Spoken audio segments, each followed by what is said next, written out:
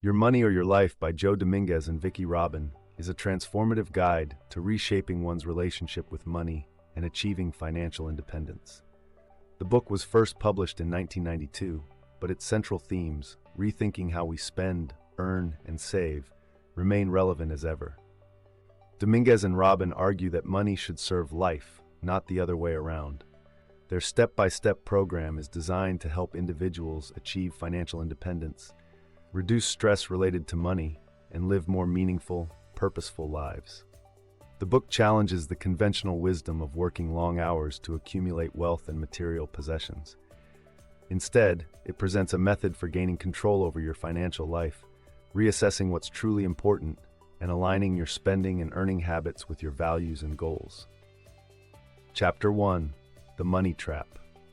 The book begins with an exploration of the modern money trap, the cycle of earning, spending, and working more to fuel desires that may not even lead to happiness. People often define their lives by their jobs, their income, and their consumption patterns. This leads to a life driven by the need for more money to support more consumption, which in turn creates stress and dissatisfaction. The concept of money as life energy. Dominguez and Robin suggest that money is a representation of life energy, time spent working to earn money. Each dollar earned is a portion of your life, and by spending it, you're essentially spending parts of your life. This realization is the key to shifting your mindset about money and work. The cycle of work and consumption. Many people are stuck in a cycle of earning money to pay for things they don't really need or that don't align with their true desires. This pattern leads to dissatisfaction, burnout, and an ever-increasing need for more money to maintain the cycle. The authors challenge readers to stop and ask themselves, how much of my life am I spending to buy things I don't truly need? Chapter 2: The 9-Step Program to Financial Independence. The core of Your Money or Your Life is a 9-step program designed to help readers take control of their financial lives. These steps are practical and introspective, encouraging you to shift both your external habits and your internal mindset toward a healthier relationship with money. Step 1: Make peace with your past. In this first step, the authors encourage you to reflect on your financial history, including how you've earned and spent money in the past. This is an exercise in self-awareness. Understanding your financial past will help you recognize the patterns and beliefs that have shaped your current relationship with money. Financial awareness. Create a detailed history of your income, expenditures, and savings from the past month or year. This allows you to see where your money has gone and where you may have been overspending or making unconscious choices. Uncovering the emotional ties to money. Many of our financial decisions are driven by emotional factors, such as fear, insecurity, or societal pressures. By identifying these, you can begin to separate emotional reactions from rational decision-making. Step 2: Track your spending. The next step is to meticulously track every penny you spend. This is one of the most important exercises in the book, as it forces you to become consciously aware of how money flows in and out of your life. The authors suggest tracking all of your expenses over a period of time, usually a month or more, down to the smallest purchases. The importance of tracking. Many people underestimate how much they spend on small, everyday purchases. When you track your spending, you begin to see patterns and habits that may not align with your goals. This can create a sense of empowerment and control over your financial life.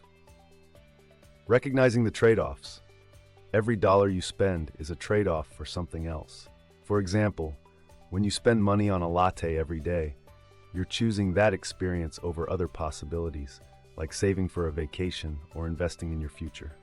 Step 3: Create a monthly income and expense statement. In this step, Dominguez and Robin encourage readers to compile their monthly income and expense statement. The idea is to create a clear picture of how much you are earning, how much you are spending, and what categories are consuming your financial resources. Income statement. This shows how much money you bring in each month from all sources, salary, investments, etc. Expense statement. This tracks all of your monthly expenses. You will categorize expenses to reveal areas where you might be overspending, such as on eating out, shopping, or entertainment. Once you see where your money is going, the next step is to start cutting back on unnecessary expenses. Step 4. Discover your real hourly wage. This step involves calculating your real hourly wage, the amount of money you earn after accounting for the time spent on work-related activities beyond your actual hours on the job.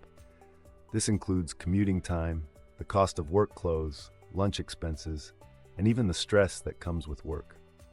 How to calculate your real wage. To find your real hourly wage, you subtract the costs and time associated with your job from your gross income and divide by the actual hours worked. This gives you a clearer understanding of the true value of your time. Once you know your real hourly wage, you can assess whether spending money on certain things is worth the time spent earning it. Step 5. Create a budget based on your values. Now that you have a clear picture of your income, expenses, and hourly wage, you can create a budget that reflects your values and priorities. This budget isn't about restricting spending, but about aligning your expenditures with your most important goals. Values-based budgeting. Look at where you spend your money and evaluate whether it aligns with your long-term values. For example, if travel is important to you, you might decide to cut back on eating out in favor of saving for trips. Living below your means. The authors emphasize the importance of living below your means in order to free up money for savings and investment. Step 6. Create a lifelong plan to manage your money. This step is about establishing a long-term financial strategy that supports your goals of financial independence. It involves setting up automatic savings, making investments, and taking steps to ensure that your money is working for you. Investment strategy. Dominguez and Robin recommend a conservative approach to investing, focusing on long-term, low-risk investments like mutual funds or bonds. The key is to start saving and investing early so that your money grows over time. The importance of compound interest. One of the most powerful tools for building wealth is compound interest. By saving regularly and allowing your money to grow, you can accumulate substantial wealth over time with relatively little effort. Step 7. Take a deep look at your lifestyle and the cost of more. In this step, the authors challenge you to examine the cost of the things you buy to maintain your lifestyle.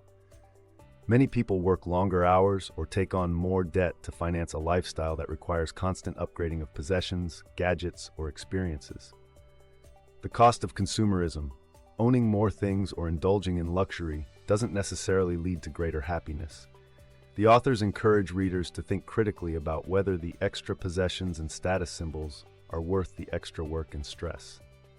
Defining enough. The idea here is to identify what you truly need and define enough. This can help you shift from a consumer-driven life to one that is more aligned with your values and personal fulfillment. Step 8. Achieve financial independence. The ultimate goal of your money or your life is financial independence, which means having enough savings and investments to support your life without relying on active employment. This step involves putting in place the strategies you've learned in the previous steps to ensure that you can stop working for money when you're ready. Financial independence. Achieving this goal requires disciplined saving, investing, and managing your expenses. By cutting unnecessary spending and making thoughtful financial decisions, you can create a life where work becomes optional. The freedom of independence. Once you achieve financial independence, you're free to pursue passions, hobbies, and interests without the stress of a paycheck. Step 9. Live a life aligned with your values. The final step in the process is to design a life that reflects your values and goals. This is about living in a way that feels meaningful to you, rather than conforming to societal pressures or chasing material wealth. Living with purpose. The authors stress that financial independence is not the end goal. Living a fulfilling life is. Money is simply a tool to achieve your life's goals, whether that's spending more time with family, traveling, or giving back to the community. Contributing to society. Once you achieve financial independence, you can focus on giving back to others, whether through charitable donations, volunteer work, or mentoring. This is a way of enriching not just your own life, but also the lives of those around you. In this chapter, the authors explore the deeper emotional and psychological aspects of money, including the emotional attachment we often have to possessions and the fear of scarcity. Fear of scarcity. Many people's financial decisions are driven by the fear that there won't be enough money to meet their needs. This fear can drive irrational spending and prevent people from seeing that they already have enough. Emotional spending. The authors emphasize the importance of understanding the emotional triggers behind spending and finding healthier ways to deal with these emotions. Ultimately, Your Money or Your Life encourages readers to rethink their entire approach to money. By gaining clarity about their goals, values, and priorities, individuals can create a new relationship with money that's healthier, more mindful, and more sustainable. Mindful spending. Rather than mindlessly consuming or indulging in the latest trends, the authors advocate for a more intentional approach to spending, one that focuses on what truly adds value to your life. Empowerment through financial freedom. By following the steps in the book, individuals can take control of their financial lives and free themselves from the shackles of consumerism and unnecessary work. Conclusion: achieving true financial independence. Your Money or Your Life is more than just a book about money. It's a guide to living a fulfilling and purposeful life. Through the 9-step program, readers can gain control of their finances, eliminate debt, and achieve financial independence, all while living in alignment with their values. The book challenges readers to redefine success, not as the accumulation of wealth or possessions, but as the ability to live freely, consciously, and meaningfully. By transforming your relationship with money, you can unlock the freedom to live the life you truly desire.